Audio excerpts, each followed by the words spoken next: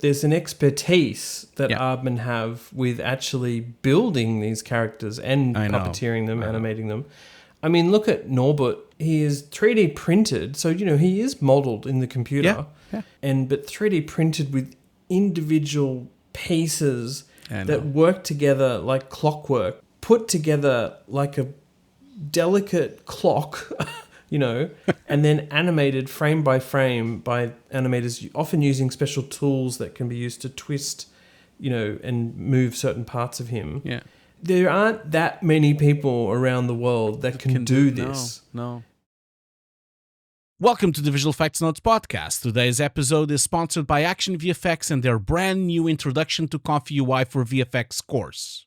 Become the compositor studios can't afford to replace. Easily harness the full power of Comfy UI using ActionVFX's Introduction to Comfy UI for VFX course. Taught by Doug Hogan, a VFX artist with 18 years of VFX experience and countless credits within the VFX industry. Within this course, you'll learn how to install Comfy UI, quickly generate clean plates, create utility passes, speed up set extensions, create 3D models from images, and so much more. You'll also get free EXR footage, workflows, and cheat sheets.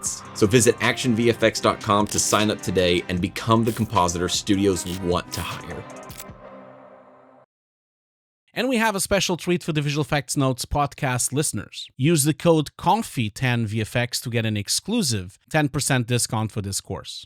And now on to the show.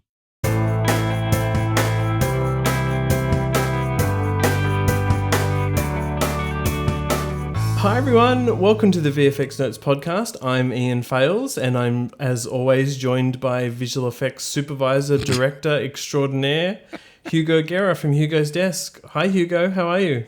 I'm good, thank you, Ian. That's thank you so much. You're welcome. Yeah. Welcome everybody to this special series or season of VFX Notes called The Rise of AI Robots. We're going to be talking about, the rise of AI robots in this series of film discussions. I'm really excited about this season, Hugo. It's going to be a fun one, don't you think? Yeah, it is. You guys are you're gonna have a treat. This selection of movies is amazing. We have some really big gems here, and it's gonna be cool. And I can't wait to dive in. Yeah. Hugo, Wallace and Gromit, Vengeance Most Fowl. That's the film we're talking about today. You wouldn't normally think that's related to the rise of AI robots, but it is. Yep. It's also the best animated film from 2024. Yeah. Agree or disagree? I agree. I mean, I think it's the best movie I saw on the entire year. I wow, absolutely loved it. This movie is just absolutely, it's a masterpiece in animation. I mean, the other ones were already a masterpiece in animation, but this is just another level. So I really loved the film. Yeah. There was one other amazing film from last year that's also related to robots, and that's DreamWorks' The Wild Robot. Which I have not watched. I have not watched. You haven't seen it? I haven't seen it. It's beautiful, made me cry, a brilliant film. But Wallace and Gromit, Vengeance Most Fowl, just had all these incredible ideas about technology, about AI, and then about, of course, the relationship between Wallace and Gromit, plus all the cool stop motion stuff that we know from Aardman. Yeah. This film really touched me, and I just thought it was executed so well. Yeah. I'm such a fan of Wallace and Gromit. It's probably one of the first things I really took note of in terms of stop motion as a kid. And, each Wallace and Gromit film and each Aardman film has been really awesome to see over the years. I particularly like, and we'll get into this a little bit more down the track, I particularly like that Aardman, it still feels like old school stop motion. Yeah. There's some other films, and I'm happy to say, done by Leica and others, that, gosh, the stop motion is almost so clean and beautifully done that it almost feels a bit CG. Yeah. Even though I think what Leica does is super impressive and incredible. Aardman also almost preserves the thumbprints on the models, things like that. And I know that's not really about the film or the story, but it is actually something that makes you feel like this is very handcrafted. Yeah. And, you know, I just enjoy watching that all the time for Aardman films. Yeah, and absolutely. It's such an important, these movies, and Aardman itself is such an important studio for all of us that love movies, and it's just for me, it's like out there, just like Ghibli is. It's one of the most important animation studios in the world, and I mean, Wallace and Gromit is part of the history, and I've watched this for so long now, and obviously, it's funny now living in Britain, because as you guys probably know, I'm Portuguese. I'm not British, so I have been living in London for almost 20 years now, and it's so different now to watch these movies from a context of living in London and living on a British world and an England world. It's just different. The jokes land in a different way. The things just feel different now. So I really appreciate them even more now, because I don't think all the jokes landed when I was in Portugal. You know, and not everything really worked for me. Because it's very British. Oh yeah, the references to cheese and tea, the tea, and, of course, and just living in a house like that, and reading the paper and all this sort of thing. It is very British. Which of course is something that in Portugal doesn't really these things don't really exist like this. You know, that's why I'm mentioning. But of course, I loved it already at that time, since the 90s. But you know, I'm going to turn this around a bit, because you always talk about the experience, you know, especially when we go to the movies. But of course, it's a shame we didn't get the experience of watching this on the movie theater. But I wanted to talk about the experience, because it was such a delight. I'll be very honest, I had no idea this movie existed at all. No idea until the day it was broadcasted. So I was with Anna spending our Christmas at home.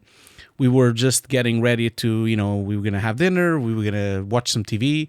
And suddenly, out of the blue, I saw on Twitter that there was a new Wallace and Gromit movie. It was going to broadcast at 8 o'clock in the evening on the 25th of December, Christmas Day. It's such a stupid thing to say, because, you know, I read your magazine. I'm always up with everything in filmmaking and visual effects, and I felt so stupid that I had no idea that they had this movie even going out. But it was such a delight, because it was Christmas Day. We watched it together. You know, I put up the projector. We watched it on a really big screen in 4K, and it was just even. I don't even know how to explain. It was so much better than I could ever imagine. You know, I was watching this movie and I was laughing and I was like feeling the movie. Obviously, I know it's Christmas Day, so it kind of like probably brought a bit of the experience into it, because it was just a warm day in general. But this was just like a gift for the entire UK. You know, we watched and it really worked, because on the next day, the news was out that it broke all the records for the BBC. They broke all the broadcast records, and then they substantially broke all the records on the iPlayer as well with replays. So it was like literally the majority of the country was watching this, you know, which is so cool. It's such a retro thing, you know, like when I was young, this used to happen in Portugal. The whole country was watching something, and this is so quaint and so unusual these days, because everyone's watching different things. No one watches the same stuff, and this is like really, it was lovely. It was really lovely. That in itself is a very British thing, and partly it's because it was on the BBC, and then later on got released on streaming on Netflix. Yeah. It's a total shame that it's not something people generally saw in the cinemas. Yeah, would have been lovely on the cinema. It would have been amazing. Yeah. But in terms of the actual film experience, it's a thrilling film, right? We've got feathers back, and that's funny in itself. Best villain ever. But also, it's a heist kind of adventure thing. Yeah. There's the Gnomes and Norbot, and that's interesting and exciting. But then emotionally, we feel like Gromit, you know, has been left alone by Wallace, and we're sad about that. And of course, spoilers, but they, you know, patch that up. Like it's actually a thrilling film. Yeah. Like forget about that it's stop motion or even animated. It would actually be a really gripping crime caper. Yeah. On its own, wouldn't it? And I think that's what people need to realize if they're not generally into stop motion animation to watch. It's just a thrilling film. You probably do need to know the history of Wallace and Gromit and their relationship to feathers and what they're inventing that they do together, Wallace and Gromit. But gosh, I just was laughing the whole time and quite emotional in some parts too. But I kind of feel that they did a great job on setting that mood for people that didn't know as well, because I haven't watched the Wallace and Gromit movie in a long time. And in fact, there hasn't been a Wallace and Gromit movie in a while. The last one was in 2008 or 2010, something like that. So it was a while ago. It was at least 15 years ago since we had a full film. And I didn't really remember the whole thing with feathers. I mean, I remembered bits of it, but I haven't watched it in such a long time. But did a great job. They had some flashbacks. They had him going to prison. They had the newspapers, and so I think for people new to the series, they did a good job. And hopefully people go back and watch both the movies, but also the shorts, and all the way back to A Grand Day Out, which is the first one. It's this is an amazing movie. Yeah, and all that happens that I've just mentioned, but it's also zany. Yeah. I would actually say in some recent Aardman films, they had lost a bit of their zaniness. Yeah. I love Shaun the Sheep, and I think Shaun the Sheep is still zany. Yeah.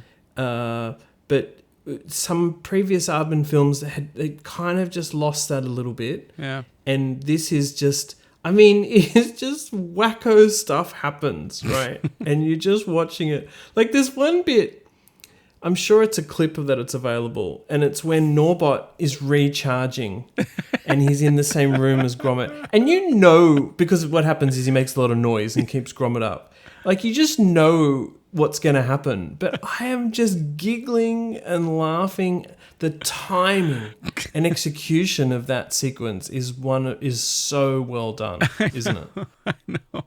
That sequence is so hilarious with him just shaking and his eyes light up. But it's not, it's obvious what's going to happen, but it's still hilarious. I know. Yeah.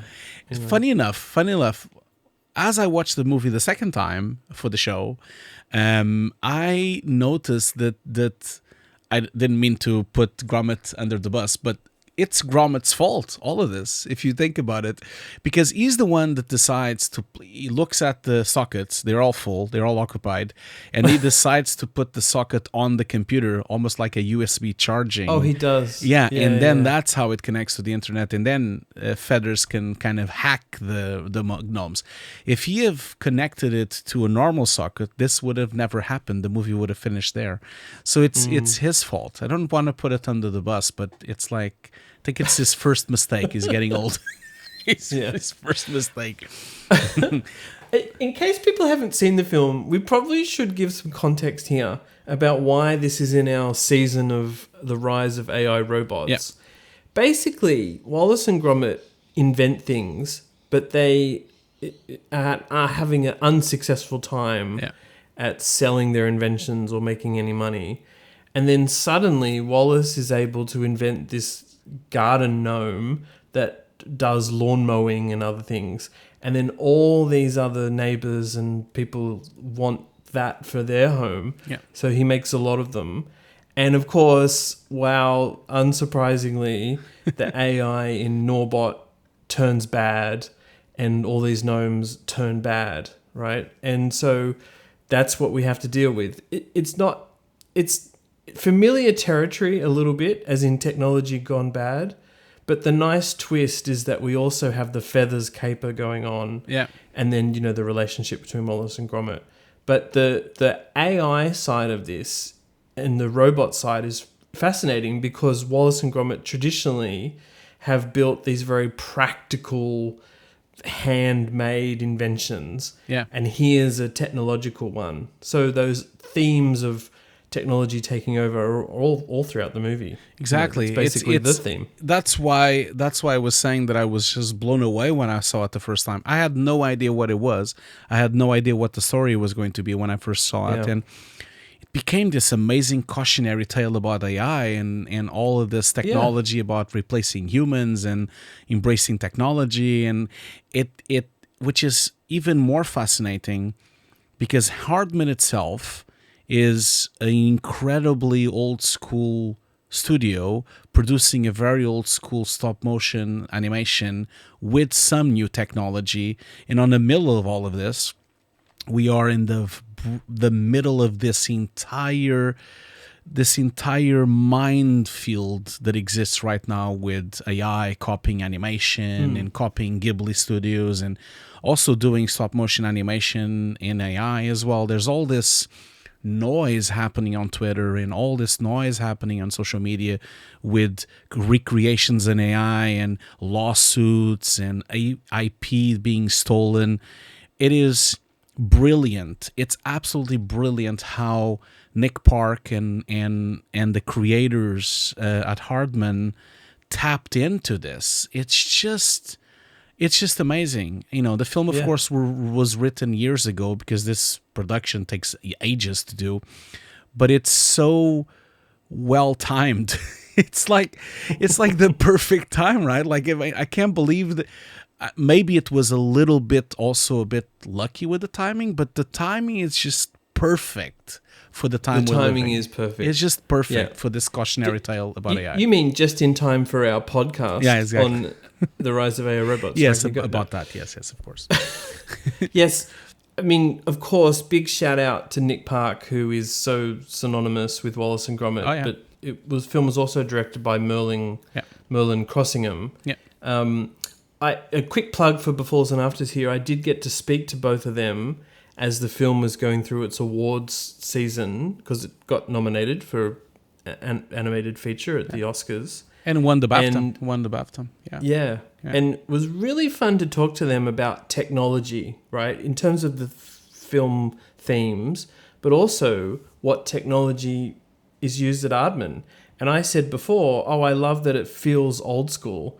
But of course, Aardman uses the latest, greatest stuff in modeling, 3D printing. Yeah. There's a ton of visual effects work in the film.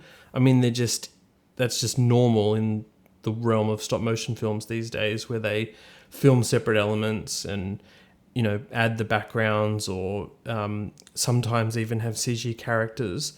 In this film, I feel like there's only a few CG characters. They mentioned the many gnomes running underneath the van and they needed to do legs. But there's lots of cloning and duplication and other work. Water simulation. You know, Aardman kind of uses that technology to its greatest advantage, I think, which is make these crazy things happen on screen. And, you know, we haven't even talked about, of course, the technology of capture, which for so many years would have been on film cameras and now is, of course, on DSLRs. Yeah. Of course, no. I mean, and that entire thing that you're just mentioning, that's why I mentioned Nick Park, because, yes, like you said, he's synonymous with Wallace and Gromit. He's been there from the very beginning. In fact, it's funny how you that interview is really cool. You guys should go and watch it on Before and After's YouTube channel. You even get a little glimpse of the original Wallace and Gromit tests and animations that he did back in the 80s, no less at the National Film Television School, which is one of the best film schools of the country. And I've been very proud to say that I've been a teacher at that school, and that school is probably I've never seen a school that has brought so much talent in to filmmaking as that school. There's so many directors and so many VFX people and so many animators that came from that school, and colorists and editors, and the legacy of that school is enormous. And Nick was also a student at that school as well. But the whole process of Aardman is like really a technology process from the very beginning, because you had stop motion with film, and then they started using digital cameras, and then they started using 3D printing, and then they started using latex and silicone, and then they started using also CG and compositing. The whole thing has been an amazing marriage of technology and traditional techniques that are hand in hand to make the movie as good as it looks. And I am aware that Aardman has tried a few times to do full CG movies. They did it a few times. I don't think, in my personal view, I hope no one gets the wrong way, but I don't think it was as successful as the Wallace and Gromit series. I don't think it looked or it had as much charm as these movies have. So I think that is the thing, really. The charm comes from the imperfections and from the little broken up things and the fingerprints. And I know that they all can be done in CG as well, of course, but it's very difficult to recreate this organic feeling that these movies have, because it's made, by little pieces of wood and little pieces of silicone and clay, and it's really difficult to replicate that in CG, especially the organic nature that comes from just handling the puppets, just touching them, Yeah. Which reminds me of something that I think has been awesome with stop motion animated films, but is also a curious marketing challenge, I would put it that way, which is we are now obsessed as audience members, I think, with seeing the time lapse behind the scenes of animators. More than the movies, Well, in some other stop motion animated films, they used to run the time lapses during the credits, and I think it was an awesome way for the audience to go, "Oh my god, they actually shot that for real," and that's super cool. But I would say agree with what you just said, which is sometimes people are more obsessed with the stop motion time lapses than the film itself, and I don't want anyone like Leica or Aardman or anyone to stop making them. I think they're a really cool communication device for what actually goes into this. But, every time I cover a big film like this, a stop motion film, I'm just waiting for the time lapses to come out, to share. But what I'm getting at is there's that side of things about revealing too much. Even though I want to cover a film and show everything, there can be a challenge with showing too much. Yeah, I understand that, because when they show these things, they then end up showing the rigs, and they show up the skeletons, and they show up all the tip. Especially, also, you end up seeing that there is a lot of blue screen, a lot of green screen on these movies. A lot more than I think people think, because especially for certain shots, I think people need to realize that back in the day, in the 90s and the 80s, the reason why these films were a bit more limited in terms of camera movement and in terms of complexity was because they were shot for real in film. And so you couldn't really composite or even have the budget to do those kind of things, because it wasn't even advanced enough for you to do such critical things. Now, these days, they have a motion control. You literally see it on all the behind the scenes. They have a Milo motion control, which allows you to repeat shots. And they're using a 5D 1DX, which is one of the best digital cameras in the world. So, big sensor, a lot of resolution, very, very specific cinema lenses on these cameras. And the accuracy of the way that it's filmed allows them to shoot in layers, for example, which was unheard of back in the day, which means they can have an animator film one puppet in one place, at the same time another animator filming another piece of the set of that same sequence, and they can kind of merge them together if they want to. They can, like they even explained on the submarine, they had the submarine with multiple layers. So they had the gnomes in the front, and then at the back with the piano they had feathers, and so they had to take out pieces of the set so the camera could go there. And of course, when they take out pieces of the set, that means they have to comp in other parts from other takes. And so it's really impossible to come up with these really complex camera moves. The same with the tub, when he's like going through the tub with all the foam on his head, to pretend that entire thing is forever, like a tunnel that never stops. They have to clean out all the rigs, and they have to clean out all the wires and all the things that are there.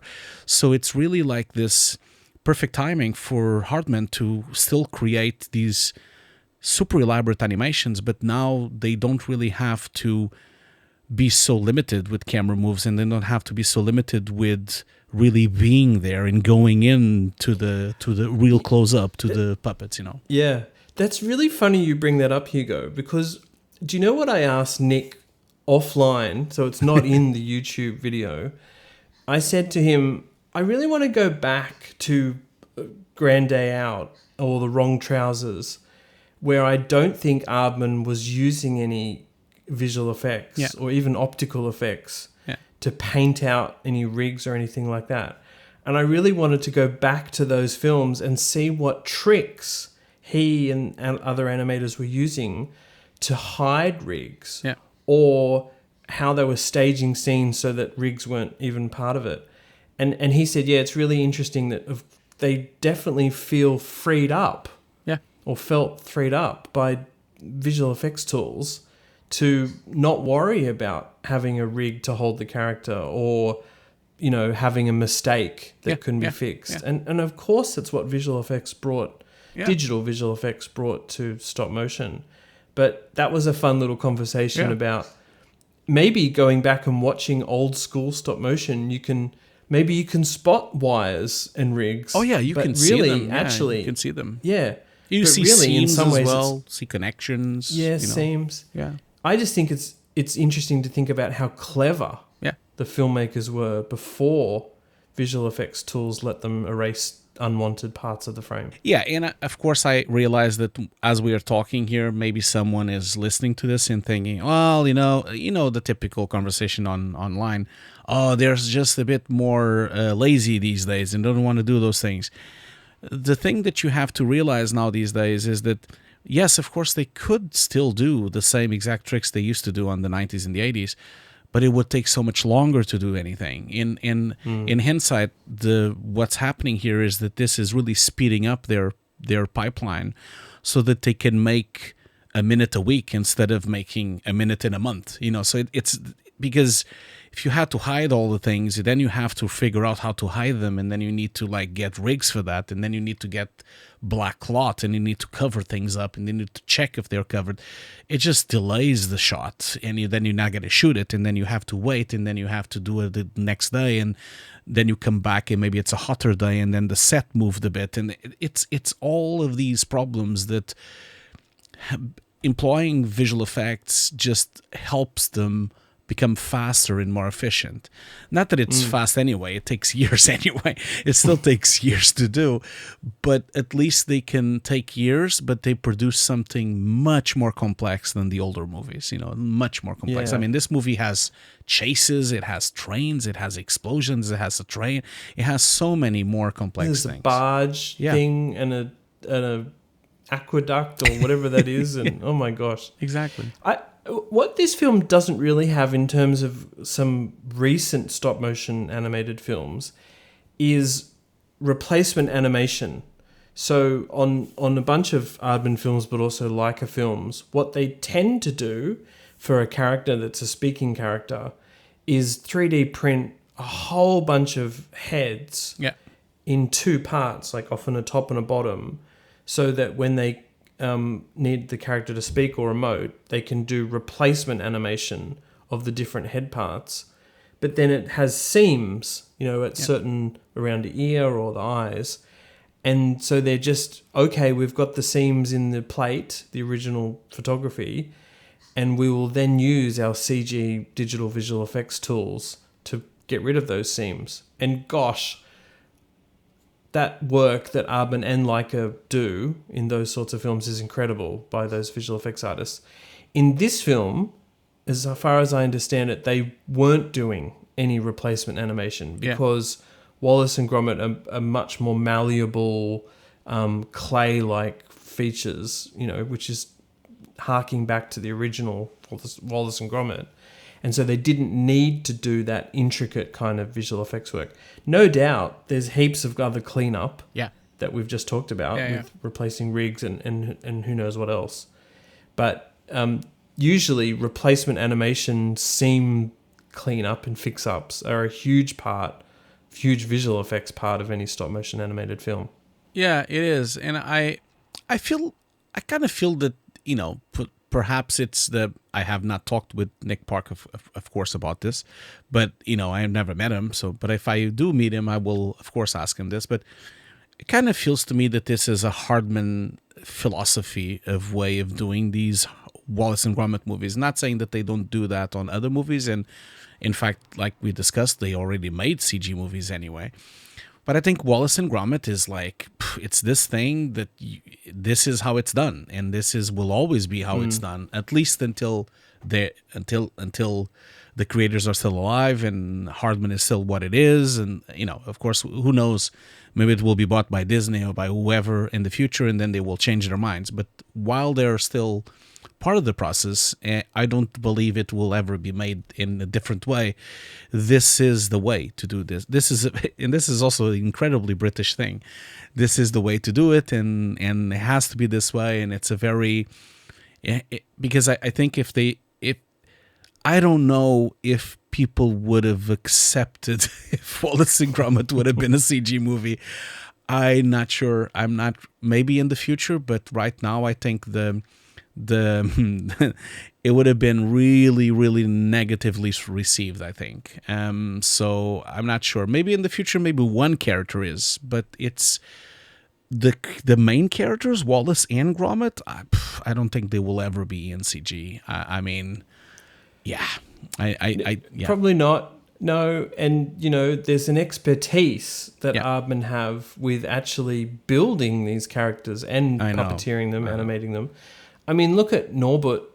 He is 3D printed, so he is modeled in the computer. Yeah. But 3D printed with individual pieces that work together like clockwork. I'm sure Hugo's going to have some behind the scenes of what pieces go into him. But effectively put together like a delicate clock. And then animated frame by frame by animators, often using special tools that can be used to twist, and move certain parts of him. Yeah. There aren't that many people around the world that can do this. No. Not only animating them, but also even making them. Even because this is so small. Feathers is really tiny. It's like this big. I mean, they are so small. These figures, they're super small. Yeah. And shout out to the Gnome. How cool is it? Like the design of it with the little red like cheeks and the smile. The design is just beautiful. It's so brilliant. And especially when he goes evil and he has those black eyes. I mean, I was slightly scared there, Hugo, to be honest with you. Yeah, and they're even better live. I mean, you also multiple times had that pleasure, but I had the pleasure of seeing them live I think it was at the View Conference. They had them on a desk on the booth of Aardman, I believe, or maybe it wasn't at FMX. I believe it was at the View Conference that I saw it on the booth. But you've seen them multiple times, haven't you? Because I think you saw them the next year as well at the View Conference as well. Well, one cool thing in 2024 was that Will Beecher, who's the supervising animator and stop motion lead at Aardman, he brought along Norbot and Wallace and Gromit and did a talk on Vengeance Most Fowl. But the film wasn't out yet. So we got to see a whole bunch of sequences, and then you could go and get your photo taken with these puppets. Now, I'm sure I've said this before whenever we've covered a stop motion animated film. Yeah, Pinocchio was the same thing. I have never seen so many grown men, including me, want their selfie with a puppet before. It is just a thing. Of course. And I think it just taps into that tangible, handcrafted feel. Actually, I think it's even more than that. There's kind of this disbelief that how good they puppet can be something that emotes. Yeah. Right? Like, think of this water bottle and just adding a face or something to it. But Aardman could make you feel something, right? I'm not joking. And that's even like the static puppet that you see there held by Will or someone. You're like, how the hell do they do that? And we know, of course, that they do it frame by frame, and gosh, I'm going to get this wrong, but don't they only produce no, I don't even know. It's like less than a minute a week, or not even that. They mentioned that on the documentary. It's like a minute a week. Yeah. But you saw it on the Oscars even. They brought them over at the Oscars at the party, and it was there. And even at the BAFTAs, they put them on the table when they got the BAFTA. And they even made poses for them, and they had like a little suit, and they had like a tuxedo, and they had a little BAFTA on their hand. They even made a little BAFTA for them to have on their hand. Yeah. I'm sure they made an Oscar as well, but unfortunately didn't win the Oscar, so they didn't manage to put that one out. But they did build a little miniature BAFTA for him to hold on his hand. It just this is so.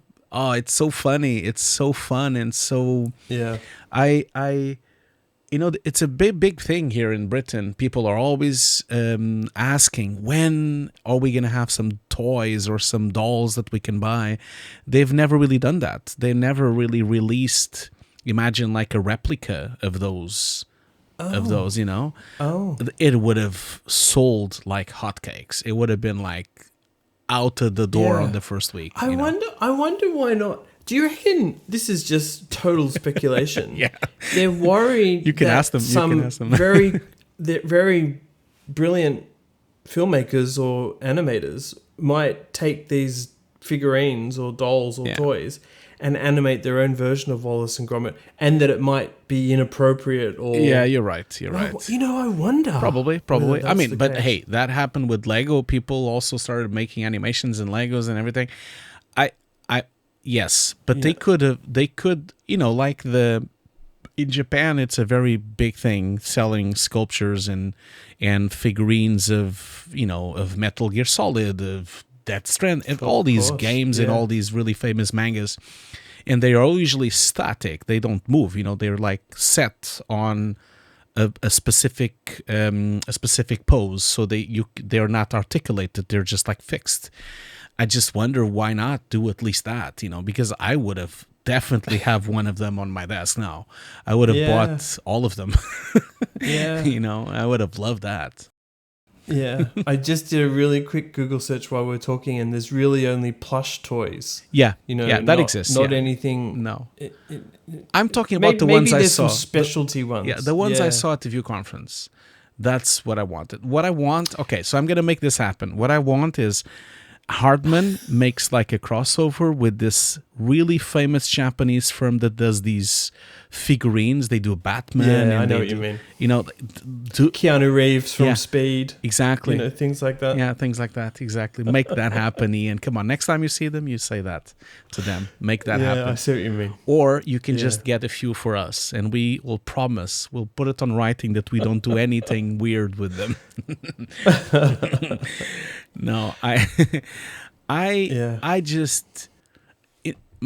we were talking about the puppets and the fingerprint and the modeling, the clay and everything. This is so cool. Like when I was watching the videos and everything, the way that they make these figurines and these puppets, the way they make the mouths for Wallace is just amazing. Where they have all these mouths for him, but it's from the phonetic sound, so they don't even have all of the letters. They just have these mouths that have to do with certain parts of sentences, and they've kind of figured out which ones should go where depending on the script. This is just really amazing work. These people are another level. The way that they're animating it's old school dope sheet stuff, right? I know. Isn't it? That's surely how they're doing it. I know. That's again this feeling of old schoolness from it. We see the fingerprint all the time on the movie. We see them on a lot of shots. We see the full print of someone on the thing. It's great. Yes, and it's possible that's what's going on in some other films from other studios, which I still love. Yeah. But they're cleaning that up, and I think I don't want them to clean it up. Because we've got that nice handheld feeling.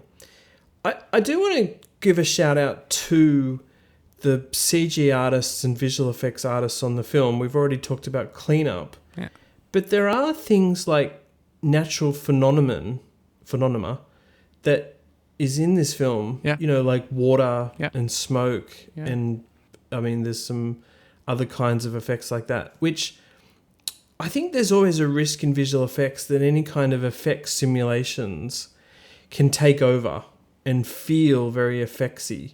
But in this film in particular, I mean, say, for example, the submarine coming out of the water, or, there's other kinds of water effects too. They kind of almost feel like the kind of water effects you used to have to do in stop motion. By using like glue or whatever it is, that techniques that they would have come up with to do that. Wax or whatever it was. It never really takes over and feels like a CG simulation. I think it just is a way of Aardman fitting into the aesthetic of a stop motion film. It happens twice. The water that you're referring to, it happens, of course, on the submarine going up and down, but also the pool on the zoo as well, which is with a lot of water. And of course, the water on the river when they're on the train at the end. And of course, the last one that I mentioned is the water on their chase between the two boats, the super, super, super fast chase. That is one of the funniest parts of the movie, man. We think it's like a high-speed 200km/h chase, and then you see an old lady with a dog passing through, and it's even faster than them. It's such a nice joke. I just think it's one of the examples of where you've got to kind of hold back as a visual effects artist.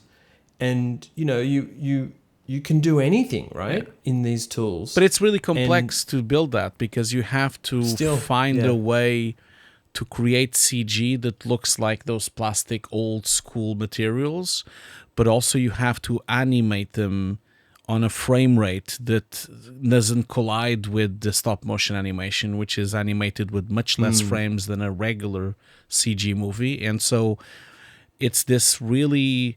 We saw this before also on Pinocchio, had certain sections like this as well. The work there was also really exquisite, but this is... On no moment you even notice that they are there. Like the water looks exactly like the old school water. But of course, when you start thinking more about it and you watch it a few times, then you really look at it and think, well, they wouldn't have been able to do the glue like that. It's too complex to animate it by hand. But it looks like it's hand animated. So it's a really clever suspension of disbelief, because you think it's animated, but it's further from that. It's like a full simulation in a computer. So it's really smart to do it that way, Yeah, definitely one of the unsung things about these films. And they may never really release the actual number of visual effects shots. I expect it's every shot in the film is almost probably a visual because you shot. see it on the behind the scenes. You see blue screens everywhere. Even on simple shots, like when they even on simple shots when they're just on a table, you see blue screens there. The water thing also, there's this an extra layer of complication on top of that, which is, and that has to do with really, really accurate photogrammetry and LiDAR scan of the whole thing, including all the models and all the sets, because the water is seamlessly traveling through the entire surface of the actual real submarine. And so because the submarine is a real object, it's been built, it exists as an object. And so they had to completely replicate it in CG as a model. So as a model that could be the occlusion model for the water. So it never gets rendered as a model, so it's invisible, but it's an occlusion model. It's like basically an alpha matte cutting where the water should be cutting, and then they can comp it on top of the real model. So it has to be incredibly precise, because so it has to be very well made, the lidar scans and the modeling and the adjustments, and also the even the surface, and especially these are really organic objects, and so it requires a really high level of competence for modeling and to actually replicate all the little intricate details of these models, so that the water would bounce correctly in the exact surface and look like it's there, So it's very well made. Hugo, what was your favorite scene in the film? I'll share mine. It's when Feathers was still imprisoned, but had somehow invented a way to hack into the security guard's computer and had this sort of control box, but then this hand. And I mean, I almost don't want to spoil it for anyone who hasn't seen it, but it is just one of this amazing comic timing, and I think you even see him sweating and having to wipe his brow as he's doing that. I mean, he does that several times. Yeah. And you just, I just love that sequence. And it's also, what about you? It's also one of the most over-complicated gadget to do anything. Like it's so complicated. How it types. Oh my God. It's so stupid. It's so stupid. He has like levers, and it has like pulling things. It's like, what the hell is going on here? And how does that fit into that box? It just keeps going. Doesn't matter. It keeps going. Doesn't matter. My favorite scene, I mean, it has to be the first montage of the first time we see the gnome, Norbot, like when he starts dealing with I love Gromit comes into the garden. He has this really lovely gardening attire, and he's going to put some plants, and he's going to do all those things, and he has a little hat and everything, and he's ready to do the thing. And then the gnome comes in, and it destroys the whole thing. It cuts the whole thing, including the tree just planted, with this high-speed cutting. And he just like goes for it. And then at the end is this horrible garden made of like rectangle trees and pyramid trees and hedges that look exactly like an AI image. The old school AI images that we used to see in like I feel 3 years that's ago. a nice comment on, okay, they did an incredibly efficient job of doing the gardening, but the result is it's so ugly, static and generic. I mean, that's the point, I guess. Exactly. Yeah, that's funny. Those really are my favorite scene, and especially the end result looks like this really ugly first generation AI image that we had like in 3 years ago, like when we had these really ugly AI images back in 2022 or 23, first generation. It is incredibly fun. I can't stop laughing. I'm laughing now when I'm talking and describing to you. It is just so funny. Anything with the gnomes is hilarious. And the other one that they all kind of like help all the neighbors, and they gather all the material to do the submarine. Every time the gnomes are involved, they are just so funny. I mean, yeah. Every shot, every sequence that they are part of, it's incredible. I hope the next Wallace and Gromit movie has gnomes as well. I think there's a big chance that it becomes part of the roster of the movie, because every time there's a new Wallace and Gromit movie, the characters keep going. There's because the police chief was also the same police officer on the other one, so it kind of takes over a bit, I'm sure. Yeah. Well, and again, spoilers, but or maybe I shouldn't say this, Hugo. The baddie in the film gets away. Let's put it that way. Yeah. Well, it's not a spoiler. You were mentioning that I'm sorry. We love this movie so much that we kind of interrupted ourselves. But you were talking about the CG. Of course, you were praising the CG team, and we were talking about the water and the simulation. But there's also an incredible piece of CG happening on the bridge, with all the bottom of the bridge, because they only made a partial set for that. And I don't think people realize how much of it is CG, which is really impressive as well. Yes, in fact, stop motion animated films are basically the return of majestic set extensions. Yeah, exactly. Right? Yeah. And environments. Yeah. Sometimes they're complex moves and require, complex environments. But many times, establishing shots and filling out the scene is what the CG and visual effects team are responsible for. In this case, they're puttering along on this boat.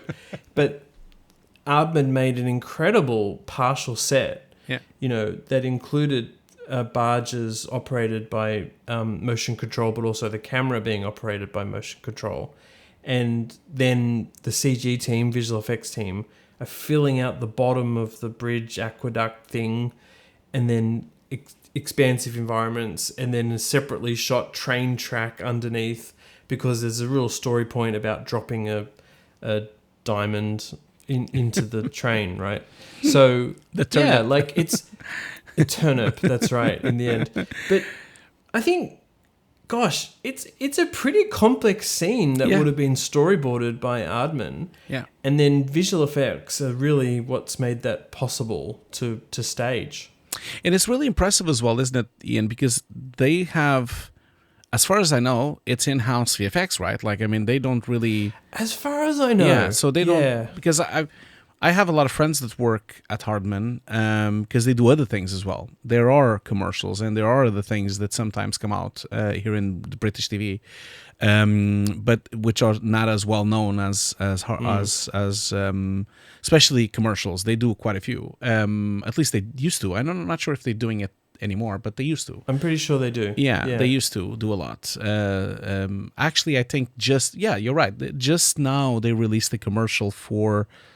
I can't remember what brand it is, but it's on TV all the time here in Britain. But I think they must have a really big CG and VFX team. I mean, this is a big undertaking. This is a big movie, and the credits go quite a long while.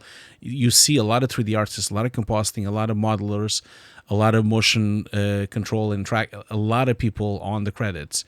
I was just not sure if it was only them or if it was someone else involved, but I don't think so. I don't actually know. Other stop motion films that have come out in recent times, definitely Leica has an in-house team, but then external people do stuff. Yeah. The Pinocchio film that Guillermo del Toro did, that was visual effects were done by MPC. Yeah. But actually there were quite a few CG characters in that film. And, it's a quite expansive film. Yeah, so, exactly. I think there's actually become some very specialist, smaller studios that have just been so good at that, seam removal, compositing and background replacement done on some of these big stop motion films. Yeah. This is something that I keep talking about whenever I'm doing my streams and we do my radio show. This, in my view, in my humble opinion, is really the way to go, because Aardman is working on their own IP. This is their baby, Wallace and Gromit. It's owned by them, and of course they're doing a collaboration with Netflix to do this film. But having an in-house team is really the smarter way. I wish, we speak a lot about this, I wish that more VFX studios would become more production houses like this, where they would build a team and they would make their own films and their own IP. I do feel that this is perhaps one of the few things they could do to survive this entire thing, because they have their own IP. If they do their own productions in collaboration with the studios and other streaming services, at least they could have more profitability than just doing a bidding war to trying to do a project, So it's interesting to see them with an in-house team like that, I see what you mean. It's complicated though, because I mean, Aardman still has to distribute this thing, and this is obviously Netflix and BBC. So I don't know necessarily that owning the IP is, the only way to be profitable. In fact, it's probably not, but depends on in this situation, Hardman. I'm not going to take too long about this, but in this situation, Hardman, of course, is not doing toys and things like that. But in other situations, the merchandise is where you really will earn the money. So there are other ways of doing it. This is a different conversation for another day. I'm just like mentioning that I do feel that this is incredibly interesting that they have their in-house team and they do the whole thing. And as far as I've seen, quoting Nick Park on his own interviews, that they've spent 5 years making this movie. Of course, I'm assuming Nick means from start to finish. I'm assuming because I don't think they would be animating for 5 years. Yeah. But it's a long time to do a movie. It's probably one of the longest productions of movies in recent. I mean, I don't think movies get done in 5 years anymore at all. So this is a long time to do a movie. This is almost like a schedule of a video game more than a film. Yeah. Look, I think it's worth talking about these stop-motion animated films in terms of how successful they are. Yeah. And actually, Hugo, it's interesting. I think there's some of those beloved films that have come out and people are, obsessed with Coraline, for example. Yeah. And, of course, we're obsessed with Wallace and Gromit. But these are not blockbusters. No. Right? No, of course not. I can tell you that Guillermo's Pinocchio, just from quickly looking at Wikipedia, I think is only a $100 million film. Yeah. And it cost $40 million. Yeah. Some of Leica's films, unfortunately, they just haven't found their... Yeah. They just haven't been blockbusters. Yeah. And some of Aardman films, which haven't been released at the cinema... which I think are Netflix films, Chicken Run, Dawn of the Nugget. It's a fun film, but just wasn't that impactful. Yeah. And there are others that are just, they're beloved, but they're not really bringing the audiences to the cinema. I definitely think some do. And there's a specialty side of these. Like Wes Anderson's Isle of Dogs, I'm not sure is a blockbuster, but ask anyone who's seen that film and they're just like, oh, that's one of the best films I've ever seen. Yeah, exactly. So exactly. But his movies are always very cheap anyway, so his movies are always very cheap, and they always give a big return anyway. Yeah, I know what you mean, but in the case of Wallace and Gromit, it's a very regional thing. I mean, in the UK, only in the UK, it broke the records of TV. And broke the records of the iPlayer, which is for those of you that don't live in the UK, the iPlayer is like a streaming service the BBC has, which only exists inside the UK. You can only watch it in England, Wales, Northern Ireland. You cannot watch it anywhere else. Unfortunately, it's a shame because it would have been nice if it was worldwide. But the iPlayer broke its records. It broke the records of broadcasting Christmas. This is an incredibly British thing. And so it's a bit like Robbie Williams in Britain being number one and nowhere else. So it's almost like it's a very British thing. It's known in Britain, as we've talked about. Exactly. And Christmas Day release, how cool is that? Gosh. I'm not sure it did as good, and Netflix probably hoped, because they always boast about it. Always. Netflix is the first company to always say when something is super successful, and they didn't really say much about this. You know what I mean? Like they always say, the movie made, the TV show made 100 million households, those kind of things. Yeah. And they didn't say anything. well, as you said right at the beginning, it's peculiar. Yeah. It's British, and it's kind of like you need that backstory. Yeah. You need to know Wallace and Gromit, I think. Yeah. To be able to really enjoy for anyone that is not British listening to this show and doesn't really know much about Wallace and Gromit, really give it a go, because it is amazing. And there's quite a few. There are not a lot of movies, and they're quite short, but you will leave them with a smile on your face, because they are so funny and so peculiar and different from anything else you will ever watch in your life, so and I also think you'll be thinking about AI after this. We already are in visual effects. We already talk about it all the time because of its influence on tools and artists at the moment. But this film, it has that talking point. Yeah. And I think that's obviously the reason that it's in this new season of VFX Notes. Yeah. Cool, man. Well, Hugo, I think we adored this film, and we certainly love the tactile stop motion and the beautiful visual effects work. Thank you to everyone who's listening in and watching us on VFX Notes. Hugo, it's been a joy. Yeah. Thank you so much. Thank you so much. See you, everyone. Bye. Bye, everyone. Bye.